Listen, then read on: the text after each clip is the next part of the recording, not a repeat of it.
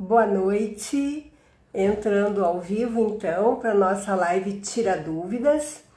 Eu convidei hoje para participar com a gente a doutora Daniela Justo Neuslin. Ela é advogada lá na cidade de Gravataí, uma colega, e juntas vamos responder as dúvidas que são mais recorrentes. Daniela já está aqui, eu vou chamar a Dani.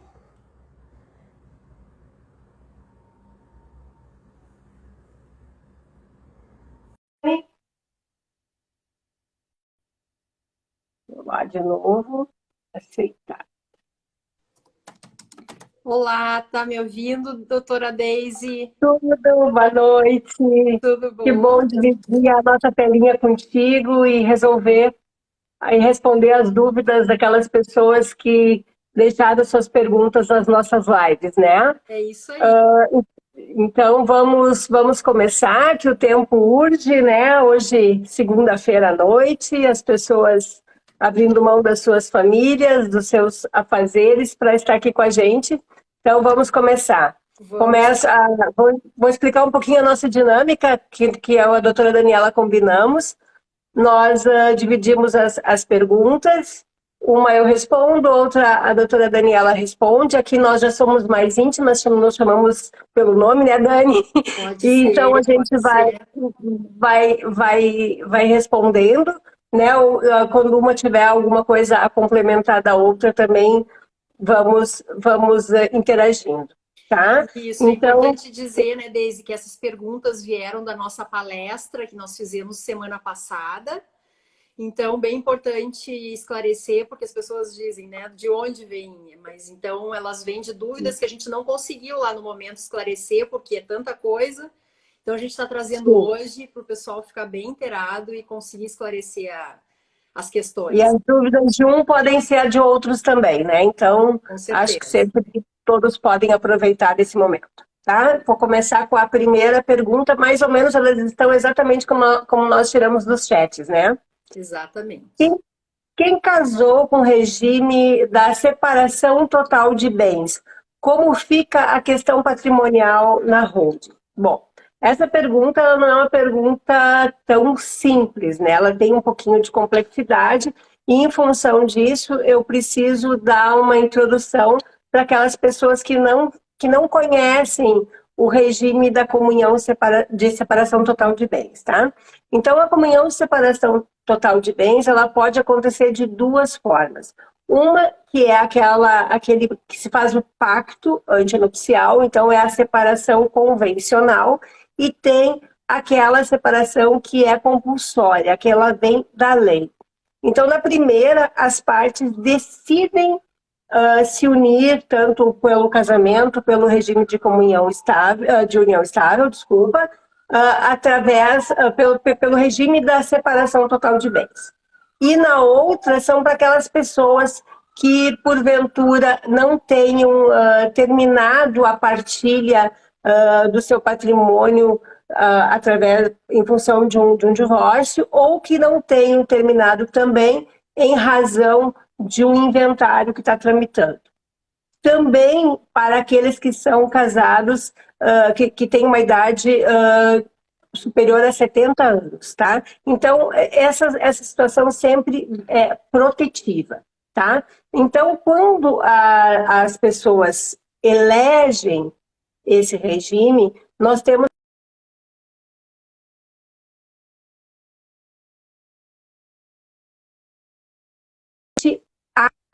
deu uma baixa no vídeo aí para ti também, Dani.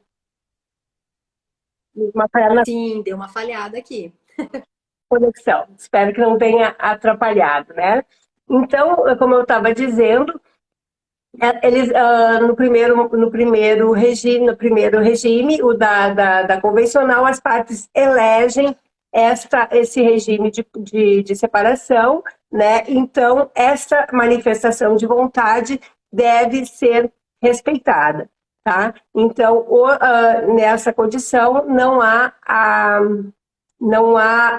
a comunhão dos bens. E na situação da compulsória, né, então não há nem a comunhão dos bens depois do falecimento, né? Então, no primeiro caso, o cônjuge sobrevivente é herdeiro, no segundo caso, não. A situação ainda, em termos de julgamentos, ela não é pacífica, tá? O meu entendimento, e aí eu vou questionar depois a doutora Daniela como é que ela pensa, mas no meu entendimento, se for fazer a holding, a manifestação de vontade é em vida, e se a pessoa que está no regime da separação convencional de bens, ela tem a liberdade de alienar, de administrar o seu patrimônio, ela também tem a liberdade de definir como vai acontecer a sucessão através da holding. Tá? Então, não sei se você me fiz entender, tá? Existem as duas modalidades desse regime, tá? Mas eu entendo que na separação convencional de bens não haverá o problema de se colocar na holding como clausulado que vá apenas para os seus herdeiros necessários, os filhos no caso. Tá? Eu vi que a Daniela caiu aqui. Vamos ver se eu consigo colocá-la de volta. Vamos ver. Deu, Dani. Daniela? Aí a Dani. Voltei, estou aqui. Tá, joia. Então, Dani, tu tem alguma contribuição com relação a isso? Não, perfeito. Acho que tu colocou exatamente aí o que a gente está conversando. Não tenho nada a acrescentar, Daisy. É isso aí mesmo. Tá. É o que tu comentou. A bola está contigo, a pergunta agora, a resposta é tua. Isso, eu vou colocar uma pergunta que foi feita também da seguinte forma: como que uma das partes pode sair da empresa com... desculpa, a número 2 aqui. Eu tenho uma empresa, então devo colocar meu patrimônio pessoal nesta empresa e as cotas no nome da minha filha? Vamos fazer uma separaçãozinha antes de responder isso, né, Daisy? Quando da montagem de uma holding e é analisado, então, as atividades da família, por exemplo, e essa aqui a gente entendeu que a família tem dúvida se a família já possui uma empresa, já possui uma atividade empresarial e vai fazer esse planejamento lá nessa empresa. Não. O que é recomendado é que a holding familiar seja constituída com o objetivo de guardar o patrimônio pessoal dessa família. Isso significa que, se a família tem a empresa, então, atividades empresariais, a gente procura separar essas empresas, ou seja, constitui uma empresa com o único intuito de colocar esse patrimônio pessoal. E, se for o caso, tudo depende de uma análise da necessidade da família, então constituir aquela outra empresa ou manter aquela empresa para atividade empresarial. Fazendo tudo de um sistema, né? Não é só uma coisa, só outra. É um sistema que é montado, mas é importante dizer que não se coloca o patrimônio pessoal lá naquela empresa com atividade de risco, por exemplo, da família. Temos que separar as questões, né? Para a gente não colocar o patrimônio da família em risco. Isso é bem importante dizer, tá? Esclarecer para aquela família que nos perguntou, nos fez esse questionamento. O que tu acha, Daisy? Mais algum complemento? Eu só ia bem complemento mesmo, porque eu acho que foi bem precisa na tua explanação. Mas, na verdade, essa indicação ela vem muito para se proteger de eventuais reveses financeiros que podem vir a sofrer os filhos, então, os novos sócios da empresa, né, que vão receber as cotas em doação. e para que o patrimônio realmente não fique em risco, né? Então, a indicação sempre é preserve a empresa, a célula cofre, onde tu vai depositar o teu patrimônio, daquela célula operacional, daquela célula de atividade, né? Se os problemas antecedem, essa proteção já fica mais difícil. Mas quando as partes entram e constituem o seu planejamento sem nenhum tipo de revés financeiro, sem haver execuções pelo caminho, com certeza o patrimônio a partir dali fica protegido e é essa a intenção, então, de separar as duas empresas, né? A operacional da COF. Então, dentro daquela pergunta, eu acho que a pessoa que a fez, ela queria saber se eu já tenho, vou colocar minha filha. Não. Faz uma nova empresa, coloca a tua filha lá como a sócia e vai doar as cotas para ela e segue operando com a empresa existente em atividade. Exatamente, uma coisa distinta da outra para proteger o patrimônio, aquele pessoal, das atividades de risco, que são muito comuns, né? E quem tem atividade empresarial são N riscos que estão aí para atingir o patrimônio lá pessoal da família. Então, é bem uma dúvida bem recorrente, não foi só da palestra, mas que cliente que chega ali na nossa frente, senta e faz. Sim, é isso aí. Sempre faz, né? Então, vamos passar para a terceira pergunta. Como uma das partes pode sair da empresa com o seu patrimônio? Bom, na verdade, existem várias maneiras de sair, né? A gente poderia simplesmente extinguir a empresa, né? Então, saindo todos após o falecimento, então, dos patriarcas. Essa não é uma indicação. Por que não é? Porque, na verdade, o que se quer é tirar o inventário da vida das pessoas para sempre, então, para as gerações, né?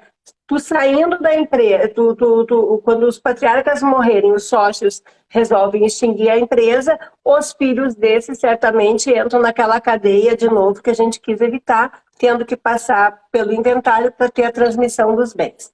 Mas existem outras formas que seriam a cisão da empresa. Como é que se faz isso? A gente, sejam quantos herdeiros forem, ou quantos aqueles que não querem permanecer juntos, eles fazem a cisão, saindo com as cotas que lhe cabem e levando o patrimônio. Esse patrimônio, se não foi estabelecido no acordo de sócios, qual vai ser para cada um dos sócios, porque poderiam os patriarcas já dizerem assim, as tuas cotas, por exemplo, correspondem a um apartamento, aquele apartamento, as tuas cotas correspondem a ações de uma empresa. Seja lá qual for o patrimônio, ou as cotas de todos correspondem a um percentual de um único bem, tá? Então, aquela parte que deseja romper ou sair da sociedade, ela pode fazer uma cisão, levando consigo as cotas e o patrimônio correspondente, tá? Aí, né, fazendo isso, nós temos um benefício fiscal bastante interessante, né? Porque a regra prevê que não vai ter a incidência do ITBI neste caso também, que seria quando integraliza e quando extingue a empresa, ou faz a cisão ou faz a fusão. Então, eu acho que é bem interessante, nesse momento, as partes pensarem a forma de fazer para que não tenham nenhum tipo de percalço tributário, fiscal, aí, que não tenha nenhuma incidência. E sem dúvida que o acordo de sócios, né, a Deise, também vai prever tudo isso de forma clara, evidente, que onde terá ali constando esse planejamento de forma a evitar essas incidências tributárias que tu acabou de falar. Então, é bem prudente, porque tudo é muito claro, é muito previsto, né? Sim. O bom planejamento faz isso, né, Dani? Ele prescinde de uma preocupação com tudo aquilo que poderia virar um problema no futuro, né? Então, partindo dessa questão de viabilidade que se faz, conhecendo a família, a realidade de cada um e conhecendo também a realidade patrimonial, com certeza o planejamento vai atender aos objetivos daquela família. Sem dúvida. Agora, outra pergunta aqui que foi feita na palestra e é bem recorrente. Meus filhos não teriam que pagar tributo na venda posterior dos imóveis? Este valor não deveria ter sido abatido do cálculo na comparação entre os dois, inventário e holding? Assim, ó, vamos dizer que, na verdade, esses tributos eles não têm que ser abatidos lá na comparação que é feita entre os custos de um e de outro, porque no inventário também haverão outros tributos quando da venda, por exemplo, do bem, né, do imóvel que seja. Então, não há como fazer esse abatimento que a dúvida nos surgiu, né? Não existe esse abatimento. A transmissão patrimonial tendo como falecimento lá o titular do patrimônio. Os acontecimentos futuros que incidirão, tanto tributários, eles têm que ser analisados caso a caso. Por isso que não tem como te responder agora exatamente o quanto aí de compensação de um de outro. Mas, pela regra, não incidirá o ITBI lá na integralização, na fusão, na cisão, ou até na extinção da sociedade. Então, não há como dizer se dá para ser ou não abatido, né? Eu não sei se tu quer complementar aí. Eu acho que é perfeito. A única coisa é que, realmente, essa pergunta ela tem a ver com aquilo que a gente falou um pouco antes, né? Então, na hora de definir como uma alienação, por exemplo, faça o acompanhamento e defina qual vai te dar, qual a forma que vai te trazer maior benefício, né? E poderá até eu te dizer que seria mais um benefício oferecido por essa modalidade do que ficando o patrimônio na pessoa física e numa eventual alienação. Né? Então, eu acho que é mais um benefício que a gente poderia somar aí, sem poder dizer exatamente ou colocá-lo nesse momento ele na conta, né? Mas é um benefício também. No momento de ouvir a família, né? Naquele momento em que a família expõe a realidade, a gente também faz a análise qual é a intenção da família em relação àqueles bens, àqueles imóveis. É para venda imediata? É para venda futura? Não, não é. É para o gozo dos filhos mesmo, é para a sucessão deles, é eles que vão aproveitar. Tudo isso é feito, essa análise, para então a gente conseguir dar um diagnóstico mais preciso em relação aos valores comparativos aí no inventário e holding, né? Exato. Então, vamos para a próxima. A empresa a ser constituída terá um custo de registro na junta comercial e um custo mensal no escritório de contabilidade? Sim, teremos custo, sim, né? Com despesas de registro, com despesas de manutenção, porque é uma empresa que se abriu. Ela como é uma empresa sem atividade, ela não gera uma conta absurda. E mesmo esse valor que tem a incidência na manutenção da empresa, ele é infinitamente inferior ao custo de um inventário. Né? Então, isso também se analisa quando se faz o planejamento, até porque pode se criar uma ou mais empresas, dependendo da realidade patrimonial daquela família, como a gente já disse ali antes, né? Pode ter uma operacional, pode ter uma que vai ser só o cofre. Essas despesas, elas vão incidir sim, tá? Mas são despesas geralmente módicas, se comparadas ao custo do processo de inventário, tá? Dessa transmissão através do inventário. Deise, vamos aproveitar aqui responder um questionamento, porque depois passa, a gente não consegue mais voltar. Olha só, a pergunta já tem tudo a ver com o que a gente está falando. Então, não há custos na transferência dos meus bens para a holding? Sim, há custos. Nós estamos falando do Roê Pedro. Não sei se estou certa. Sim, há custos, porque é um sistema, a holding é um sistema legal, onde nós pagamos impostos, sim, só que são infinitamente mais reduzidos que o inventário. Eles podem ser programados, diferente do inventário. Eles têm outras vantagens, como não, lá na frente não precisar se desfazer dos bens para pagar os custos dele.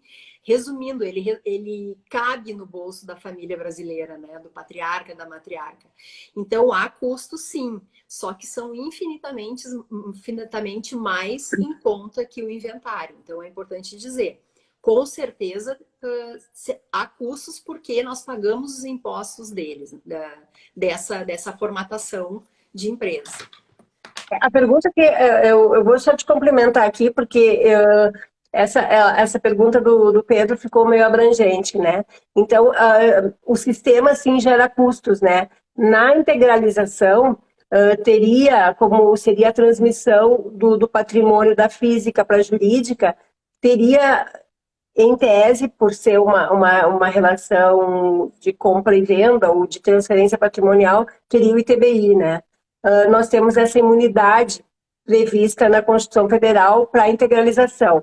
Em compensação, nós temos o ITCMD que vai incidir na doação das cotas. Então, o sistema, sim, ele traz custos. Tá? Então, assim, só para deixar claro, não sei se a tua pergunta, Pedro, foi específica na integralização. Então, na integralização, podemos não ter esse custo. Existem municípios que estão fazendo essa cobrança, e existem discussões bastante severas tramitando, tá, com benefícios para o contribuinte, tá, mas existe a possibilidade da incidência, a Constituição e a regra hierarquicamente logo que vem abaixo também, o nosso Código Tributário Nacional também diz essa mesma coisa, que não deve incidir o ITBI, tá, mas tem o ITCMD lá na doação das cotas. Então, não sei se fica claro. E a nossa colega caiu de novo, vou tentar buscá-la para a gente dar seguimento. Só um minutinho.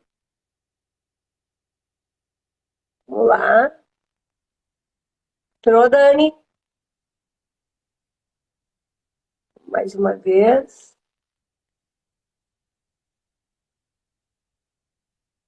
Tá difícil da Dani entrar e permanecer. Vamos ver. Não, Dani. Eu vou aguardar ela pedir para entrar. Pronto, entrei. A internet quer me derrubar literalmente hoje.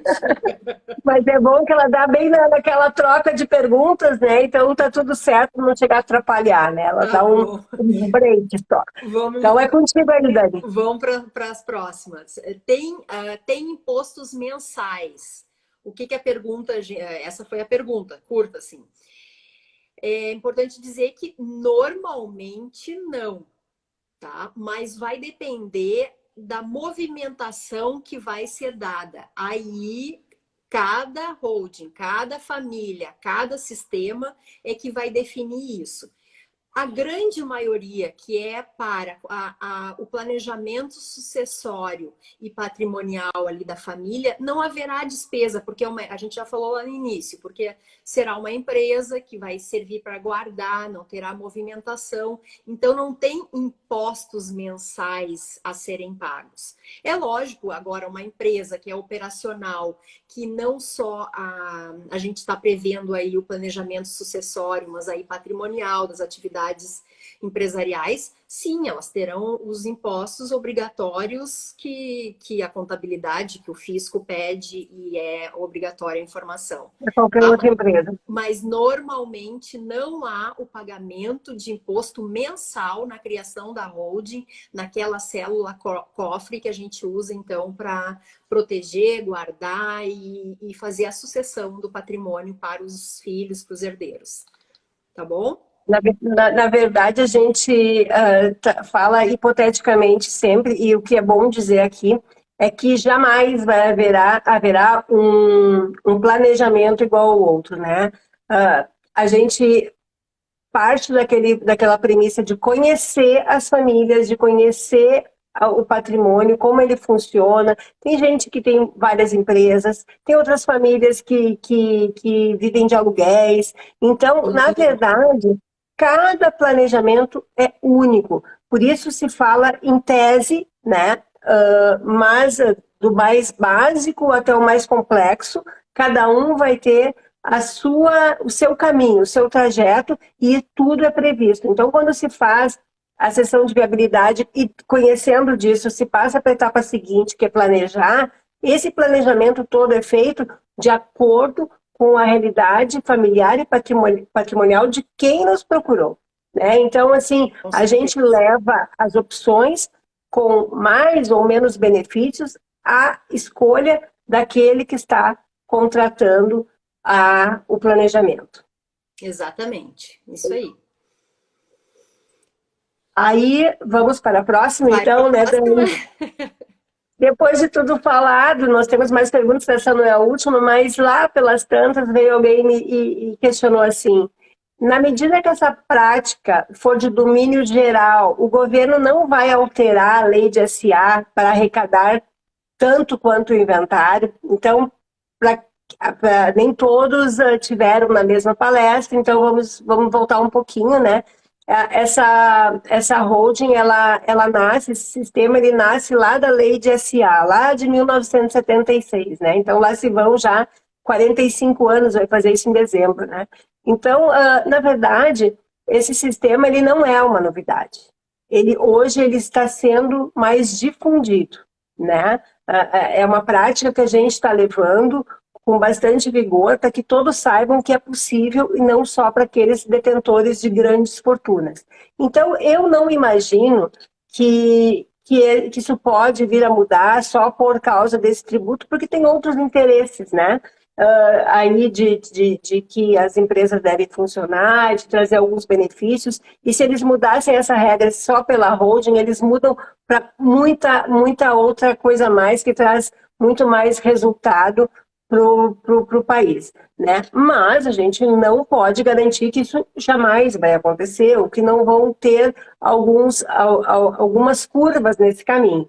Mas o que a gente pode dizer é que aqueles que optam hoje, eles terão o seu problema definido, resolvido, se é que seja um problema, mas eles terão uma solução, e aquilo que já foi feito não vai retornar, né? Então, aqueles que que entenderem que é o seu momento de fazer, se a lei mudar o dia depois que for feito, que está tudo prontinho, não vai mudar. Então, a preocupação para nós hoje, eu creio que ela não existe, né, Dani? Daisy, importante dizer o seguinte também, a grande, imensa maioria dos políticos e daqueles que decidem a lei possuem holding para organizar também todo o seu patrimônio e arrumadinho. Então, assim, eles não vão mexer no time que está ganhando. Inclusive, tiro no pé, né? Até tem uma colega aqui, a holding está fora em um primeiro momento da reforma, por exemplo. Por quê? Porque exatamente isso, a reforma vai mudar, estão aí algumas propostas postas lá já em discussão, mas vejam que essa reforma não irá atingir a holding. E isso sempre tem explicação, né? Por quê? Claro. Veja aí o nosso ministro da Economia, tem offshore, na imprensa se bateu muito que, ora, onde se viu, offshore é legal, não é nada mais do que um meio de planejamento tributário, sucessório, patrimonial e assim por diante. Então, eles também, aqueles que detêm o poder de mudar a lei, todos estão com seu patrimônio protegido e organizado. Então, assim, mudar a lei eu acho bem difícil. Só para te complementar. Sim, vamos por aí. Né? Então, passando para a próxima. Porque o testamento... Eu não sei a que altura... Desculpa, eu não sei a que altura a pergunta foi feita, porque nós falamos sobre isso na nossa live, mas eu acho que nunca é demais explicar de novo, para aqueles que estão chegando aqui hoje também, né? Então, por que o testamento é a pior das alternativas, falando de planejamento sucessório, né? Então, vamos lá.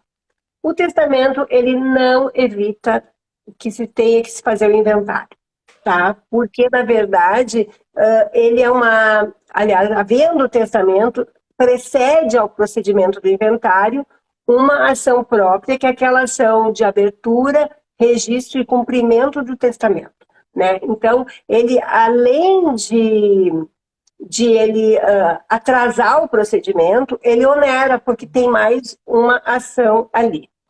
O testamento, ele não evita o conflito, né? O que eu tenho sempre dito ali, às vezes um pai ou uma mãe dispõe, em termos de valor, até igual, mas determina para que cada um fique independente. Olha, a minha vontade seria que o filho A ganhe aquele imóvel, o filho B aquele imóvel e o filho C aquele imóvel. Ou às vezes, o que o pai faz? Aquele filho que ajudou, que cuidou na velhice, ele vai entender que deve beneficiar. E como é que ele beneficia? Ele tem disponível para definir para quem ele quer dar 50% do seu patrimônio. Então, daqui a pouquinho, ele vai dizer assim, ó, para esse filho que me cuidou no leito de morte, que cuidou ali, ele vai ter 10% a mais, ou vai ter os 50% a mais, não importa. Ele beneficia um. Aquele filho que se sentiu preterido, na maioria das vezes, ele contesta esse testamento, e aí vai aí uma ação que pode levar muito tempo e muito dinheiro também, porque na verdade é uma ação onde vai se discutir o conflito até chegar lá no inventário, muito tempo se passa.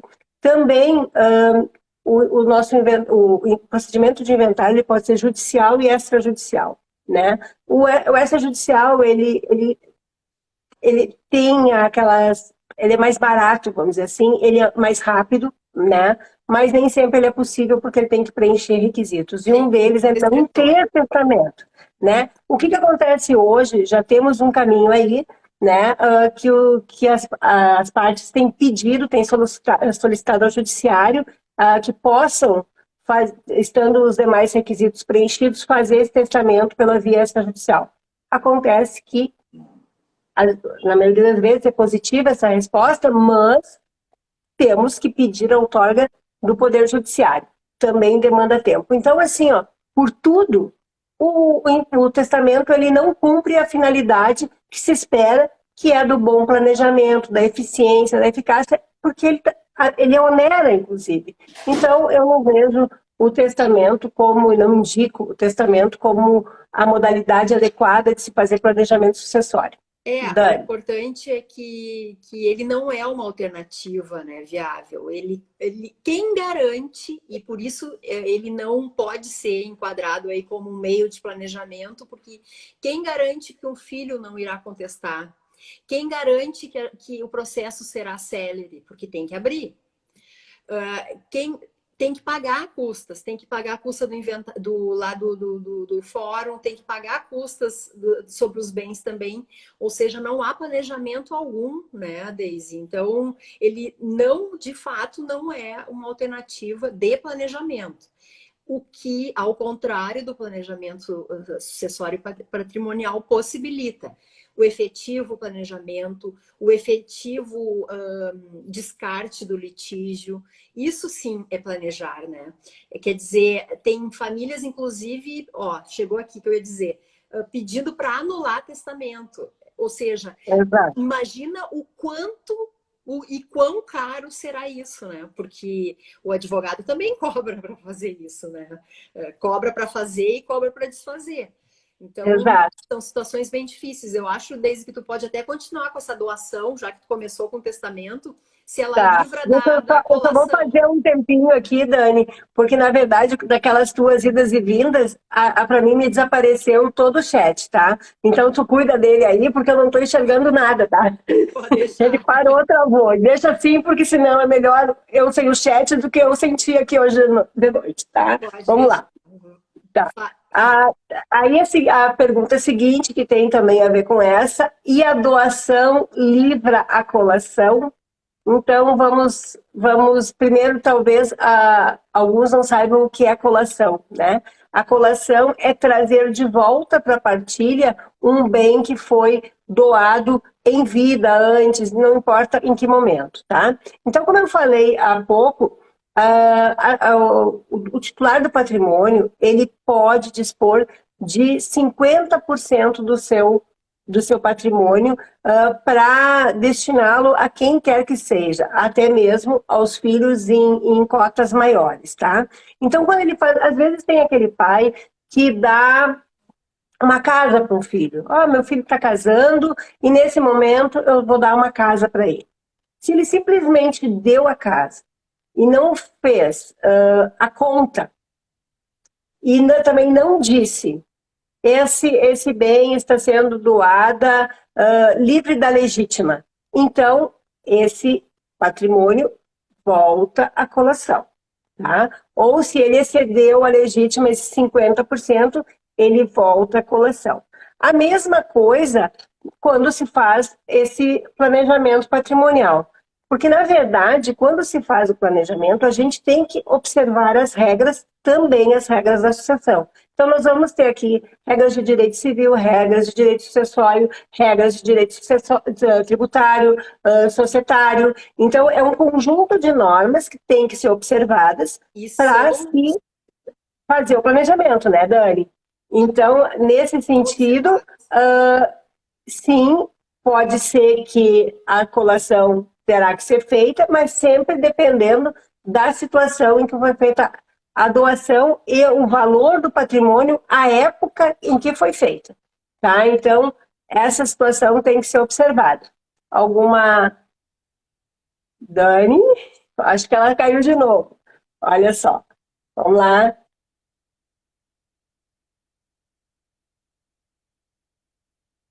Daniela?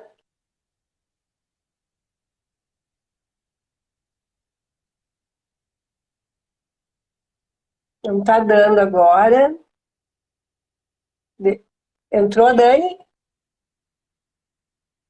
Deixa eu ver aqui, o meu chat voltou. Meu pai doou para a ex-esposa, se divorciou e quer desfazer a doação, pois doou e ficou com o usufruto. E não disseram na filiação que tinha 3 filhas, como proceder.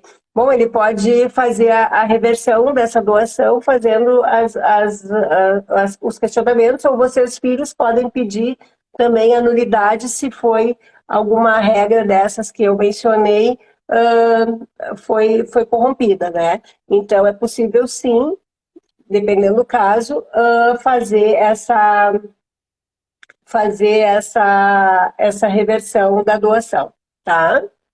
A Daniela, não estou conseguindo colocá-la aqui de volta. Deixa eu ver. Tá difícil, Dani. Eu vou, então, vamos dando seguimento até que ela consegue entrar, tá?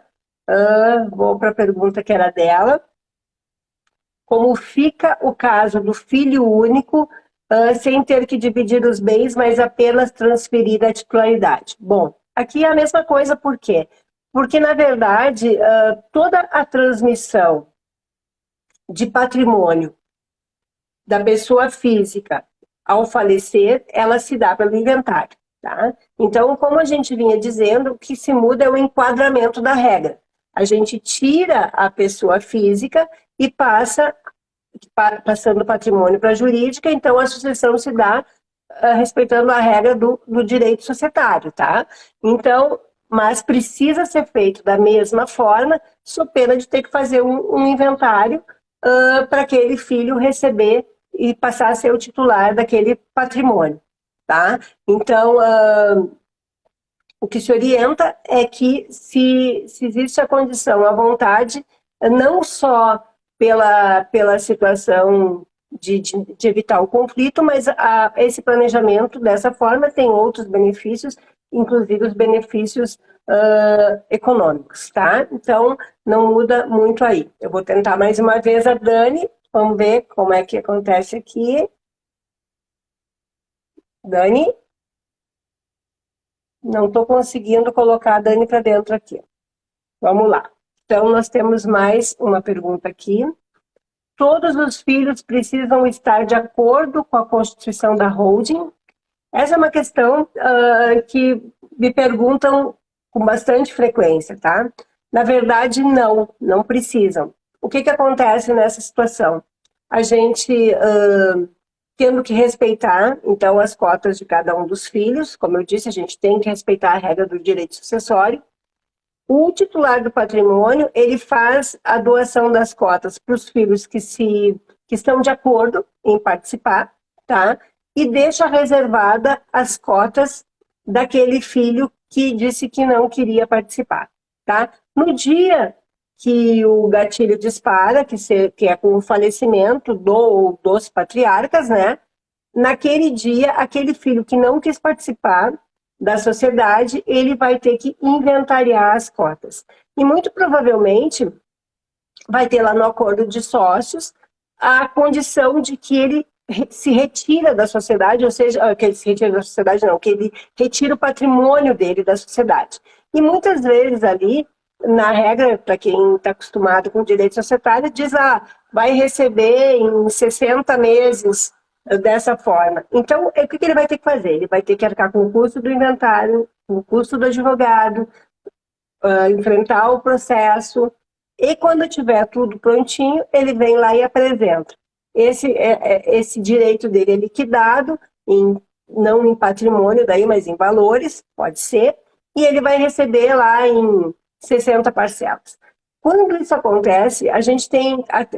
já aconteceu o caso, né, de ter alguém que não concorda com esse sistema, e aí, nesse caso, a gente chama o escritório, conversa e dá a oportunidade da pessoa voltar atrás. Por quê? Porque, sabendo disso, certamente ele volta atrás, né? Porque é mais oneroso, é mais demorado e ainda assim vai receber em muito mais tempo do que seria ele estar ali dentro, porque falecendo, o gatilho dispara, não precisa de advogado, não precisa de juiz, não precisa de tabelião, não precisa de nada, simplesmente extingue o usufruto das cotas e os herdeiros já assumem o seu patrimônio. Então, seria dar um tiro no pé, não querer participar, quando tudo vem ao encontro do interesse do filho, né? A gente diz que fazer esse planejamento é um ato de amor, é poder evitar com que ele tenha que passar por todos esses percalços que vem junto com o processo de inventário, tá? Então, o que eu diria é não tem problema nenhum, e se ele permanecer contrário, então aplica-se a regra e segue o planejamento para aqueles que estão de acordo, tá? A última pergunta que eu tenho aqui para responder é: a holding precisa ser feita através de advogados e registrada em cartório? A orientação que se dá é que seja um sistema pensado, que o profissional que vai te orientar seja uma pessoa que tenha conhecimento de todas as regras que incidem no planejamento, né, são as regras de direito societário, sucessório, civil, tributário e tudo mais. Então, sim, interessante que se tenha um advogado, que se tenha um contador participando desse planejamento, tá? E sim, essa holding, e todos os atos que são implementados para a construção do sistema são registrados na junta comercial, no registro imobiliário, quando feita a integralização do patrimônio, e todos eles são informados para a Receita Federal. Então, tudo é feito de modo muito transparente, seguindo as regras, não tem nenhum tipo de ilicitude no sistema, né? E com certeza todos os direitos e todos os objetivos desse planejamento vão ser atingidos, então, com a implementação, tá? Eu acho que é isso que nós tínhamos aqui. Eu estou com o meu chat não tão bom assim, não sei se ficou alguma dúvida, mas eu vou tentar olhar depois, porque estava com a Dani lá, o chat, e a gente segue respondendo, vocês sabem como chegar até nós, tá? O que a gente renova aqui hoje, tanto eu como a doutora Daniela, é da importância da sessão de viabilidade que vem se oferecendo para as pessoas que nos procuram, né? Essa sessão tem as suas vantagens para aqueles que participaram da palestra, então se estão pensando e hoje talvez algumas dúvidas tenham sido sanadas e que abram o caminho para essa sessão, que seria o momento do diagnóstico da realidade de cada um, para saber se é viável, se é indicado para cada família, de acordo com as suas pretensões. Tá? Eu vou deixar aqui, a minha assessora vai colocar tanto o link de acesso a mim, quanto a da doutora Daniela. Tem um linkzinho que vai dar acesso a um formulário, e esse formulário chega até nós. Permanecem todos os incentivos que a gente deu na palestra, e então estamos nos colocando à disposição. Caso não seja o momento de vocês, o nosso prazer aqui também é trazer a informação, difundir essa possibilidade, para que cada vez mais pessoas possam fazer o seu planejamento e tirar o inventário da vida da sua família, dos seus filhos, porque com certeza está sendo muito difundido, entre poucos, muitos difundido, né? Mas a gente quer que o espectro se abra para que mais pessoas possam se utilizar do sistema, trazendo um benefício que é imensurável, tá? Então eu vou me despedindo aqui. Boa noite a todos, e a gente vai se encontrando aí pelas redes. Nos sigam aí no Instagram, a gente está lá no YouTube, tanto eu quanto a doutora Daniela e muitos outros colegas do nosso time aí. Tá bom? Boa noite.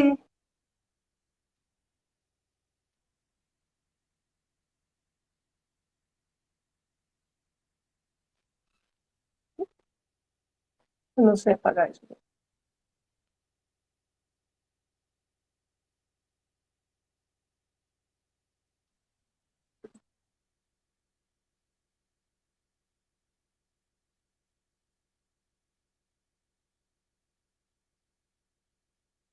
Não consigo.